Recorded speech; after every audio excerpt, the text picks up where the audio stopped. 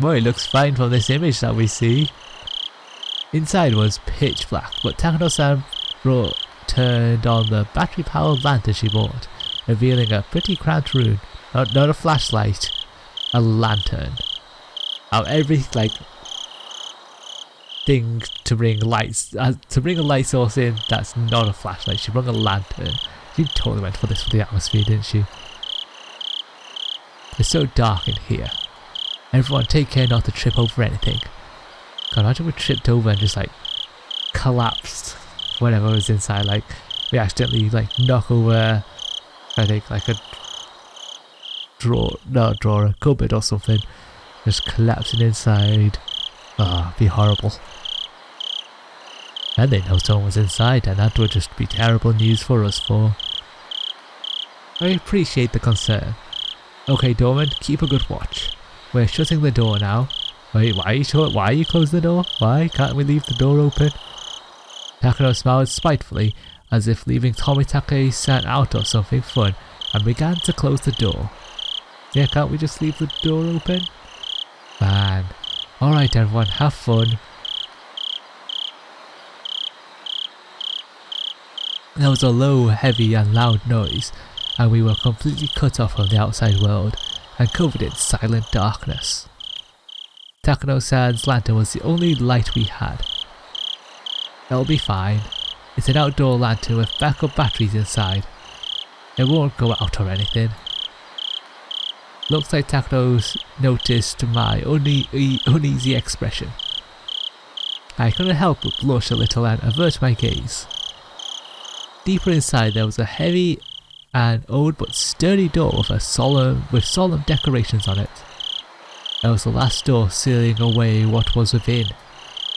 Strange how it has an antechamber even though it's just a warehouse, isn't it? I believe it's set up this way so you open one door at a time, never letting the room with all the tools be seen from the outside. Takano explained this, awfully impressed by the construction. But still, really dark in here. Huh. That's... over there it is. I spotted a circuit breaker hanging from a clump of wiring, clumsily attached onto the wall. Oh here, isn't this the light switch or something? I flipped the biggest switch I could find, and with a click. I imagine it'd be more of a clunk. The pitch black room was illuminated by an old bare light bulb. Everyone scrunched up their faces at the sudden strobe-like brightness. Don't! Before she even finished, she unslapped my hand and flipped the switch back. There was another loud click and the room returned to darkness, which was with only the lantern for illumination. Ah! You can't, Kei-chan. We're stuck in here, remember? If you turn on the light, it might give us away. There's a massive hint of, hey, someone's in here. I was scolded by Shion fairly harshly. It looked like she was worried about whether someone had seen them from the momentary light. If they saw the momentary light, they would probably see the lantern light from within, I guess. It's alright. It was only for a moment. Takano-san remained a relaxed adult. It seemed like she was confident she could talk her way out of it if someone did see us. Let's go in. Here we go. There. The even heavier door opened. At this time, it wasn't just the dust that came out with the air. There was also a nasty smell. One smell was like opening a dust-filled cupboard in the back of the kitchen that hadn't been opened in years. And the other smell, a nasty one, was hard to explain, but it was like the raw odour of a fish market. From how the sound echoed, this room felt far larger than the first. Takano-san held up her lantern and revealed the contents of the expansive room. Whoa. The back wall of the storehouse. Why did I say lighthouse? We're in the middle of the country surrounded by mountains. Why would there be a lighthouse here? At the back of the storeroom, right in front of us, was a Buddha-like holy object standing there, looking down at us. I was taken aback by its unseen force, lit up by the slender beam of the lantern. That's the guardian of Hinamizawa, Oyashiro-sama. It's far grander than the one at the shrine. Oyashiro-sama. So this is the spirit protecting Hinamizawa, the one guarding the holy lands of Hinamizawa from the impurities of the outside world, and the one delivering divine punishment and the one delivering punishment after punishment upon those who attempted to sully the land with their dam construction. It looks like there are far more tools stored here than I thought, but this is so sad. None of them have been maintained. How unfortunate that they're in such a state. Even in the dim light I could see a lot of strange objects lining the walls, ceiling and shelves. Takano-san, speaking as if in a trance, was infatuated by the various implements filling the dark room. They weren't very festival-like or traditional, but instead this was more like a workshop of a blacksmith or a carpenter. There were a lot of large wooden and metal tools packed in here, but in it bluntly, it was all pretty boring stuff. I'd imagine there would be a more artistic things in here from the Heian period, but these are a far cry from being cultural artifacts. My expression betrayed my dashed hopes and they caught on right away. Oh, is this not interesting for you? I'm not into literature or art, so I can look at this stuff, but I don't really understand its value. Keiji-kun, you really do look like you don't get it. I guess that's only natural. Takano-san reached into a paper bag that she'd been holding the whole time, took out a worn scrapbook and began to flip through it. Then, just for you, Keiji-kun, I'll tell you an old story. It's a common tale in this region. If you go to the library, it would even be on their recommended reading list. Telling stories in such a dark, creepy place, she must have a horror story in mind. Why can't it be a happy-go-lucky story? Shion's face belied nothing but calm. If she had the same personality as Mion, she'd have fault with me being scared. She found fault with me being scared. I'll enjoy it for now and pretend to be calm. Okay, alright, I'll read it. After confirming that I was going to be quiet and listen, she began to speak softly like a kindergarten teacher reading a picture book. Long, long ago, in a certain village in the mountains, there was a swamp. This swamp was very, very deep. Some even called it bottomless. People said it was connected to Hell, the land of the demons. The rumors said that it was deeper than the ocean, and that anyone it swallowed would sink into the underworld, a bottomless swamp. Its name was Onigafuchi. Wait, I thought back to the story I heard yesterday about the sacrifices sinking into the bottomless swamp.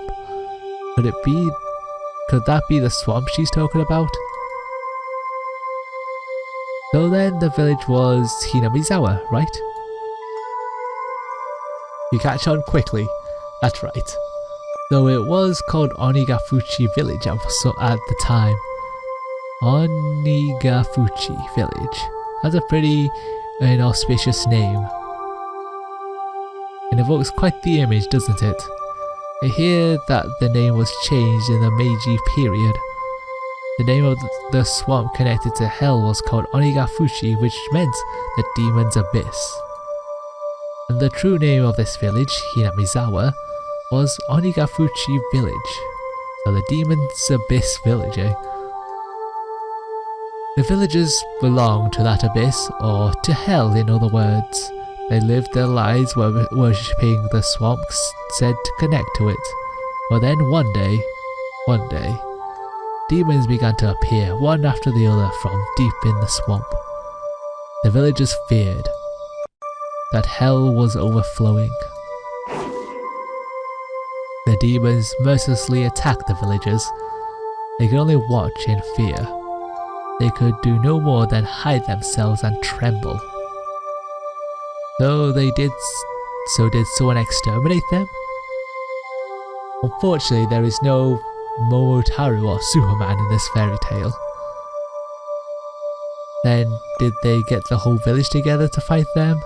Heavens no, the villagers weren't nearly strong enough to fight on equal terms with the demons. Then, the only recourse would be to flee the village. They couldn't do that either. To the villagers, it was their beloved homeland. It didn't matter how terrifying the demons, they wouldn't have run away so easily. Then, what did they do? Wouldn't they just get wiped out? Unable to fight and unable to run. All they could do was wait for the village to be destroyed. Then, when everyone had lost hope, their god, Oyashiro-sama, descended onto them. I see, so Oyashiro-sama came down from the skies and beat up all the demons then. You're such a boy, Kei-chan. You always jump straight into force to resolve things. Sion's sighed, a little annoyed. Embarrassed, I held my tongue. The thing about Oyashiro-sama, he wasn't a violent god who would beat them up like you're saying. He was a kind god filled with love and benevolence. Going by what we've learned so far, he doesn't seem so. The strength Oyashiro-sama descended from the heavens couldn't be compared to that of the demons. They didn't even fight, they simply prostrated themselves before his radiant authority. Oyashiro-sama urged them to go back to hell from whence they came, but the demons wept and challenged him, saying they could never return. The world of demons too has harsh commandments. They claimed they had been banished from hell. Demons, who didn't have a place to go either in hell or in the human world. Of course, they were at fault for attacking the villagers. They deeply reflected on it and were sorry. As the villagers conversed amongst themselves, little by little, they came to pity the demons, and after talking with everyone in the village, they decided to live alongside them. A lot of fairy tales have them exterminated or driven away, but you don't often hear one where they live in peace. That is true. You're right. Demons are supposed to symbolize all evils. A story where they decide to live together with humans is certainly strange. When the demons first heard the villagers' invitation, they doubted their ears but soon burst into tears of joy. The villagers had given them a place to live. It was said that in payment for this good deed, the demons shared their many kinds of powers and secrets with the villagers.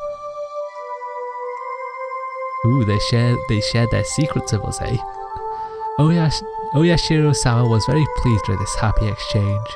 He gave the demons the bodies of humans so that they would be indistinguishable from the villagers. He himself decided to stay on the surface and watch over the everlasting peace between them. In a land in which man, demon or god lived a land in which man, demon and god lived together. I had thought the word demon was a noun meaning evil that needs to be exterminated. A god may have meditated for them, but you don't often hear happy endings like that where both sides live in harmony. I see, I guess it's kind of interesting. Although the normal fairy tale ends here, it was revised quite a bit during the Edo period into a much longer story. After that, the humans and demons intermixed and eventually there was no difference between them. So the demons ended up disappearing? No, not at all. Half of them stayed just as they were. The knowledge the villagers had received from the demons basically made them into something inhuman, what people call transcendent. They were well aware the power they had was heresy, and as those below worshipped them, they lived their lives in secrecy. This story is the root of many derivative tales and pieces of fiction. It's the foundation, I mean. The basis. What do you mean by root? What do you mean by root? It means the part about the villagers having demon blood?